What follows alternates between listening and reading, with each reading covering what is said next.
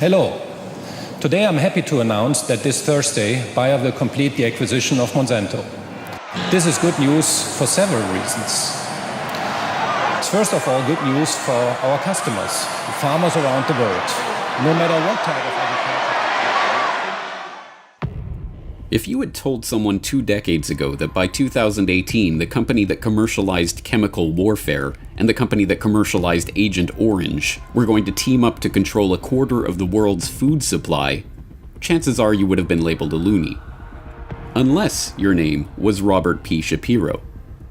He was CEO of Monsanto from 1995 to 2000, and in 1999 he told Businessweek that the company's goal was to wed 3 of the largest industries in the world, agriculture, food, and health, that now operate as separate businesses. But there are a set of changes that will lead to their integration. With this month's announcement that Bayer had completed its $63 billion acquisition of Monsanto, it is hard to deny that Shapiro's vision has been realized. Too bad for all of us, that vision is a nightmare. Because, contrary to the feel-good corporate propaganda being churned out by the company's PR department, propaganda that would have you believe that this merger will be good for the environment, for farmers, for ending global hunger, and, incidentally, for lining the pockets of shareholders. These 2 corporate giants are in fact committed to the consolidation and transformation of the world's food supply in the hands of the genetic engineers. Monsanto and Bayer are a match made in hell. This is the Corbett Report. It is hardly surprising that the first thing Bayer did after completing their takeover of Monsanto earlier this month was to announce that they were dropping the Monsanto name, merging the 2 companies' agrochemical divisions under the Bayer Crop Science name. After all, as everyone knows, Monsanto is one of the most hated corporations in the world. In the film Food Evolution, Neil deGrasse Tyson notes that Monsanto is one of the most hated companies in the world. Why do people have such strong feelings toward Monsanto? The worldwide march against Monsanto has drawn hundreds out onto the streets here in New York City, with people seizing the opportunity to voice their concerns and opposition to GMO foods. Why are you here? I am here because I have a loathing hatred for the company Monsanto, which a lot of people don't know that Monsanto is actually just a chemical company and they have no business basically dictating our food supply. New at noon, the city of Seattle is suing biotech giant Monsanto to make it pay for removing cancer-causing chemicals in the water.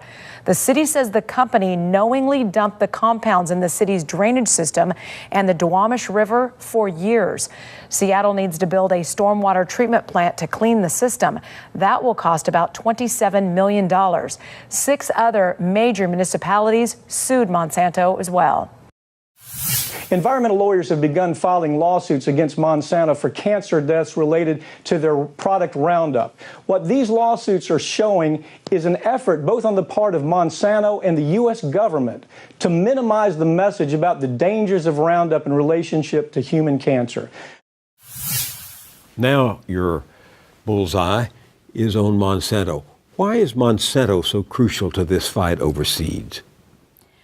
Monsanto is crucial to this fight because they are the biggest seed company now.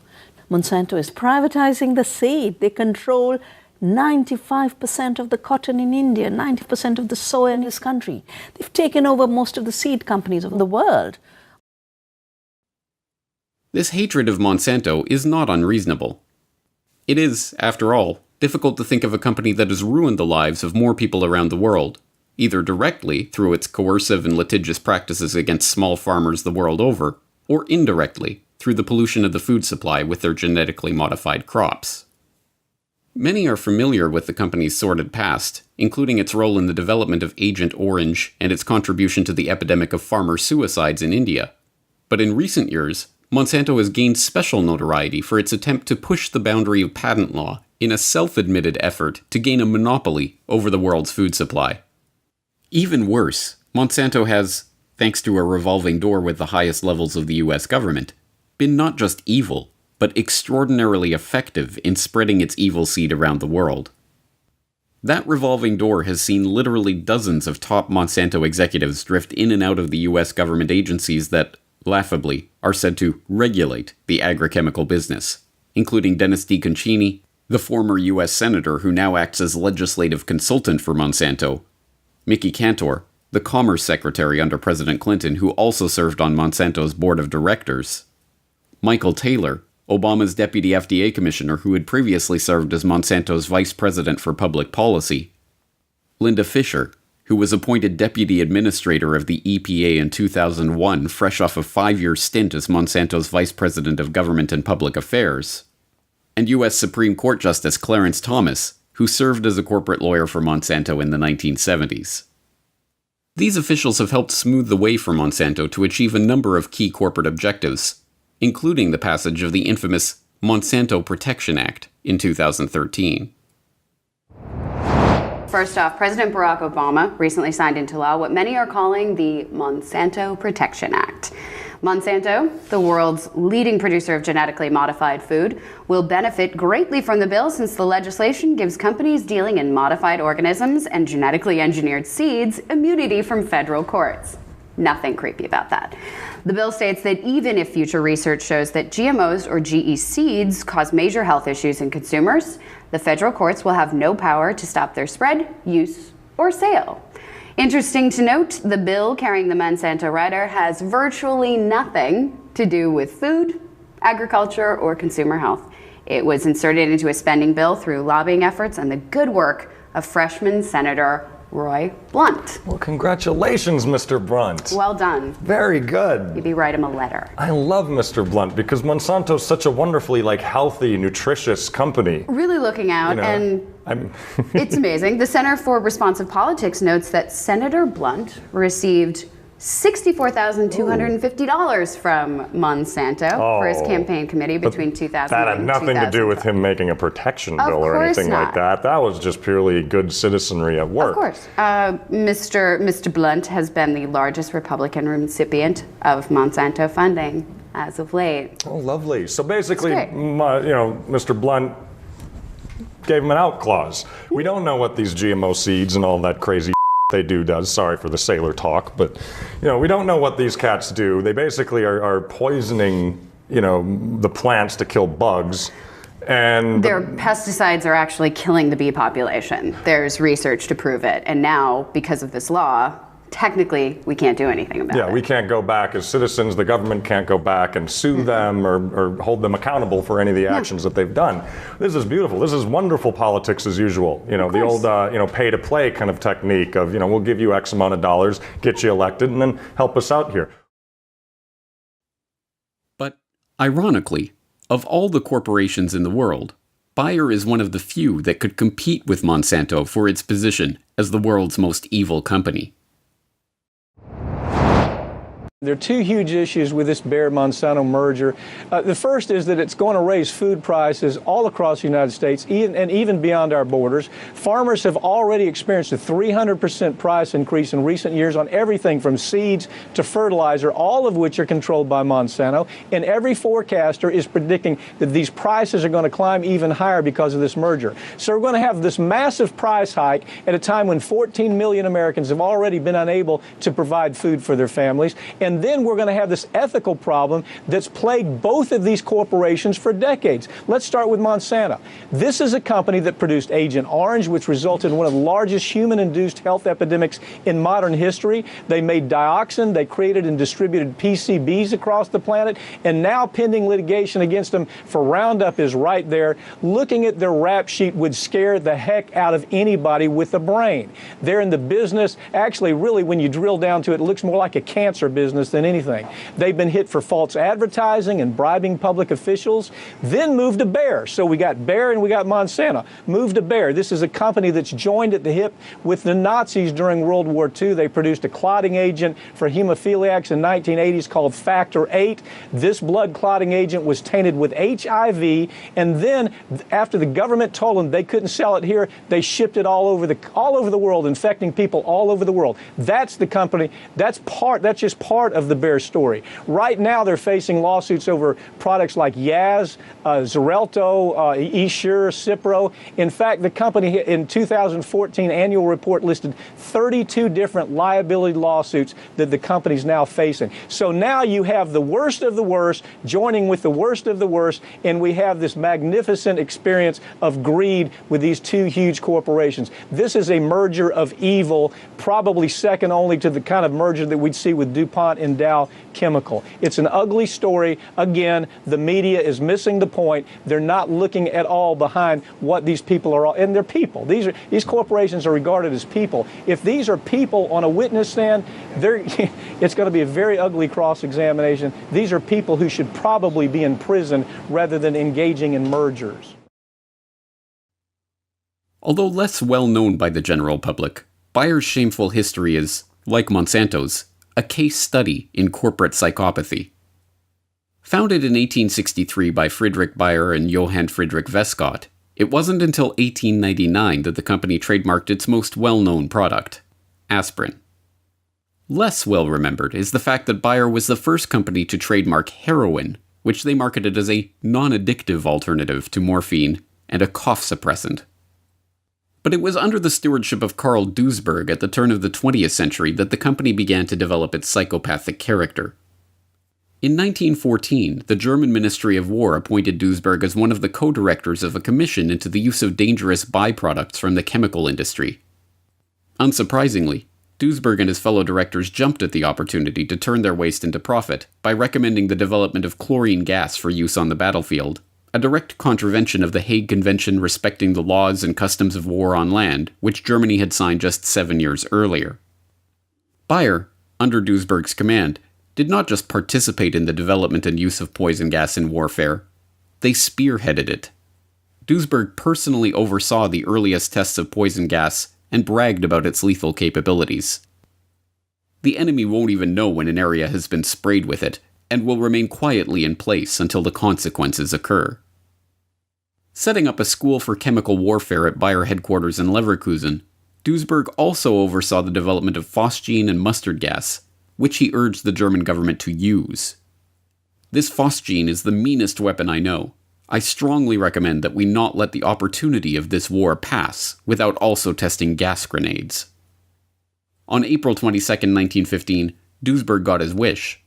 On that day, 170 tons of chlorine gas was used against French troops at Ypres, Belgium, killing 1,000 and injuring a further 4,000. Attacks on the British followed days later. In all, some 60,000 people died as the result of the chemical warfare perfected by Bayer and urged on by Duisberg, one of the great, largely forgotten atrocities of the First World War. Most galling of all, Duisberg was not ashamed of his accomplishments. On the contrary, he was immensely proud of them. He even commissioned famed artist Otto Bollhagen to paint the scene of the earliest poison gas test at Cologne. Duisberg so enjoyed the finished result that he had it hung in his breakfast room at Bayer headquarters in Leverkusen. Later, Duisberg, inspired by a tour of Rockefeller's Standard Oil in the US, wedded Bayer to the IG Farben chemical cartel. As I explained in How Big Oil Conquered the World, IG Farben was a key player in the burgeoning oligarchy of the early 20th century, boasting key oligarchs like Royal Dutch Shell's Prince Bernhard and Standard Oil's Walter Teagle on the boards of its various branches. Bayer's Duisberg served as the head of its supervisory board. Joining Duisberg on the board was Fritz Termeer, who oversaw the construction of the IG Farben factory at Auschwitz, which ran on slave labor and participated in human experimentation. After the war, Termeer was sentenced to 7 years in prison for his participation in looting and enslavement of the camp prisoners, but was released in 1950 for good behavior, and in 1956 became chairman of Bayer AG, newly resurrected from the ashes of IG Farben. But this legacy of death is not some ancient relic of Bayer's distant past. Decade after decade, the company continues to be involved in scandal after scandal, involving wanton environmental destruction, injury, and even mass murder. Bayer accidentally funds studies showing its pesticide is killing the bees and promptly denies those conclusions. A large-scale study on neonicotinoid pesticides is adding to the growing body of evidence that these agriculture chemicals are indeed harming bee populations, to say the very least. Carried out at 33 sites in the United Kingdom, Germany, Hungary, the study found that exposure to neonicotinoids, quote, left honeybee hives less likely to survive over winter, while bumblebees and solitary bees produced fewer queens, end quote. Mirena is a chemical-coated soft plastic IUD that proved to be a huge moneymaker for Bayer. But part of the reason that this particular contraceptive was so profitable was because Bayer was deliberately overstating the benefits of their device and not disclosing some of the rare but dangerous side effects. For example, in April of 2009, the FDA had to issue a warning letter to Bayer Healthcare because its website for Mirena made a number of claims that were simply untrue or unproven. Bayer was so busy making claims that the IUD was a perfect solution for busy moms and would increase women's sex lives while making them look and feel great that it forgot to mention that the device is recommended for women who've already had at least one child. The company also declined to state that the Mirena IUD increases the risk of ectopic pregnancies, which is when a fertilized egg attaches to an area other than the uterus. So the CEO was actually speaking to Bloomberg Business Week, and he is trying to appeal the Indian court's decision to allow this patent for another company. He said the following: "We did not develop this medicine for Indians. We developed it for Western patients who can afford it." Oh, and look at that face. That's the kind of face that would say a thing like that. Doesn't he look so smug? Like, oh, please, we didn't develop this for Indians. We developed it for Westerners who are rich. In the 1980s, Bayer Corporation produced a medicine that was supposed to improve the lives of hemophiliacs. Bayer didn't tell those hemophiliacs that their product was infected with HIV. Because of that, entire families of hemophiliacs died with AIDS as the virus spread within households. When Bayer was ordered to stop selling their drug in America, they dumped their AIDS-laden product in Asia and killed Asian families. No one with Bayer management was arrested. No one who made these psychopathic quality decisions went to prison. They claimed the protection of their status as a corporation. That corporate status gave management the ability to kill people for profit and not go to prison. Indeed, it is not difficult to see why these two companies, each one a titan of its respective industry, each one guilty of the most atrocious crimes against humanity and the destruction of the environment, would feel an affinity for each other. But why merge? What does a pharmaceutical giant have to gain from buying out and merging with an agrochemical giant, especially one that carries as much baggage as Monsanto? If the connection between these corporate behemoths seems tenuous, then perhaps the key to understanding it is presented in that 1995 quote from former Monsanto CEO Robert Shapiro. We're talking about three of the largest industries in the world, agriculture, food, and health, that now operate as separate businesses. But there are a set of changes that will lead to their integration. Integration of agriculture, food, and health is the goal, and once that goal is reached, the entire life support system of the human population, including all our food and medicine, will be in the hands of a few megacorporations. Indeed, the history of the production of food and pharmaceuticals has always followed the same trajectory, away from natural, abundant, locally produced organic materials, and toward artificial, scarce, factory-produced synthetic alternatives. Control of the global food supply is, needless to say, along with control of money and oil, one of the pillars upon which the globalist oligarchs seek to construct their system of total control. Although there is no proof whatsoever that he said it, the dubious quote sometimes attributed to Henry Kissinger is nonetheless quite true. Who controls the food supply controls the people. Who controls the energy can control whole continents. Who controls money can control the world. The process of consolidating these industries is of course nothing new. In fact, it started long ago. As I explained in How Big Oil Conquered the World, even the current agrochemical industry has to be seen in its historical context as a fusion of the petrochemical fertilizer giants, DuPont, Dow, Hercules Powder, and other businesses in the Standard Oil orbit, with the ABC seed cartel of Archer Daniels Midland, Bunge, Cargill, and Louis Dreyfus. These previously separate fields were gradually consolidated under the flag of agribusiness, itself developed at Harvard Business School in the 1950s with the help of research conducted by Vasily Leontief for the Rockefeller Foundation. And as I also explained in How Big Oil Conquered the World, Big Pharma too was a creation of the same drive toward consolidation and spearheaded by the same people.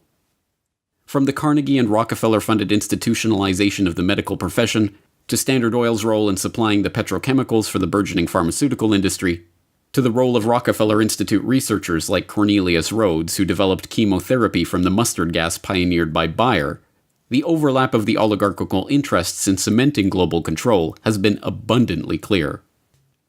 Then, with the advancement of GMO technology in the 1980s and 1990s, again with considerable help from the Rockefellers and other oligarchical interests, new opportunities for consolidation presented themselves. Seeds used to be sold by seed companies, and fertilizers and herbicides used to be sold by chemical companies. But then the GMO revolution came along, and all of these companies spun off biotech branches to genetically engineer seeds. That, in turn, opened up opportunities to create GMO seed strains that are tailored to work with patented herbicides and fertilizers. The combination of GMO seeds and specially tailored agrochemicals has been especially lucrative for Monsanto, which was the first to capitalize on those synergies when it won regulatory approval for its first Roundup-ready soybeans in 1994. Roundup, aka glyphosate, has gone on to become the most used agricultural chemical in the history of the world. Monsanto and Bayer, not to mention their cohorts in the agrochemical, pharmaceutical, and euphemistically named life sciences industries, are ultimately seeking the same thing: complete control over the population, from the genetic engineering of its food supply to the control of its medicines and chemicals. It is a race toward complete centralization, and with this acquisition, Bayer and Monsanto are getting a head start. Particularly frightening, then, though hardly surprising, that this latest round of consolidation is being spearheaded by two corporations as thoroughly deplorable as Bayer and Monsanto. Bayer, one of the pieces of IG Farben's grim and oligarchical legacy, supplier of chemicals for the poison gas attacks of World War I, knowing seller of HIV-contaminated vaccines, mass murderer of bees, seller of tainted GMO crops. And Monsanto, dumper of toxic chemicals, proud seller of carcinogens, suer of farmers, cause of farmer suicides, suppressor of scientific dissent. Are you feeling safe knowing that a quarter of the world's food supply will soon be in their combined hands? If not, then all of the efforts that have been made in recent years to march against Monsanto must be translated into a boycott against Bayer and all of their friends in the burgeoning biotech, big agri, seed cartel, GMO Franken industry. It is only by increasing our support for locally sourced, organic, heirloom seed-grown produce that we can hope to supplant this new mega giant and consign it to the dustbin of history where it belongs.